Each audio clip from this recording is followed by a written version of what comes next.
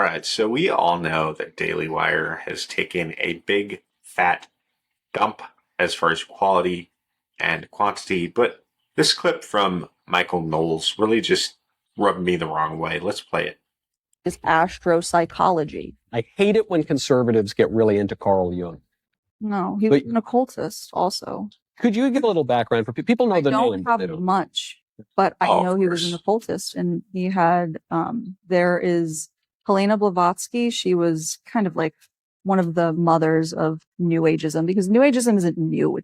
That's just kind of like the rebranded term for Satanism. But she herself was, a Luciferian, and she said that Lucifer is kind of like the pinnacle of liberation. So he said the same thing. These are the people that are all connected with one another. And so astrology is taking Carl Jung's teachings as a man who's connected with these kinds of people, or these kinds of people are following his beliefs and vice versa. So you have to look at the source, first of all. And I always like to go back to that because people try and fight me on it. The whole Okay, so there's a lot there, but apparently Michael Knowles really hates it when conservatives get into Carl Jung because he's a Satanist, or into witchcraft or astrology or whatever.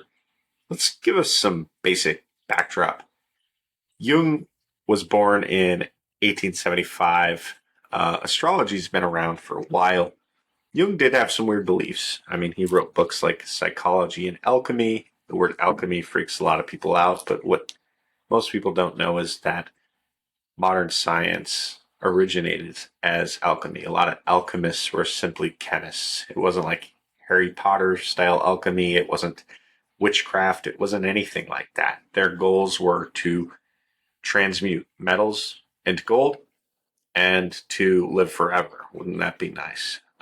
It evolved into several things, including modern science. But let's also emphasize the astrology portion here. And I really do have to dance for this video. So yeah, let's go.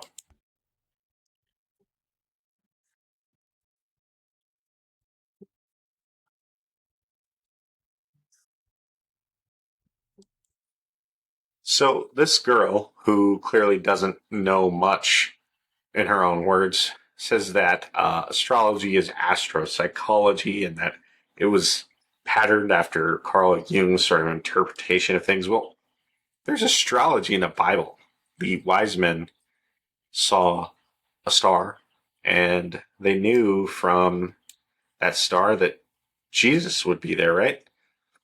And it's interesting because this is one of the things that Carl Jung talks about. He talks about astrological ages, which kind of weird, right? But then we talk about the age of Pisces. Here's the Pisces symbol, the ichthus, also very common in the early church. It's one of Jesus's symbols. There was a prophecy that around this time, a king would be born that would put an end to the age of Aries, marked by the ram, and that sacrifices would stop because this fish king would suffer and he would be the final sacrifice. He would be the final ram. Jesus is considered the central figure of the age of Pisces. It's believed that he appeared at the time the vernal equinox was shifting into the sign of Pisces. This astrological event, signifying a new age, coincided with his birth and ministry.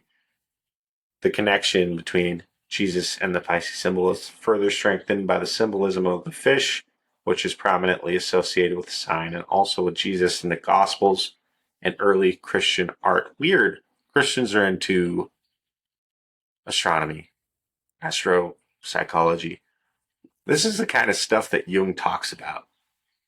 Really rubs me the wrong way when people don't know what they're talking about. Matter of fact, due to this, I'm going to start a Carl Jung series on this channel. So stay tuned for more. And yeah, that cool Mr. Michael, do your research next time.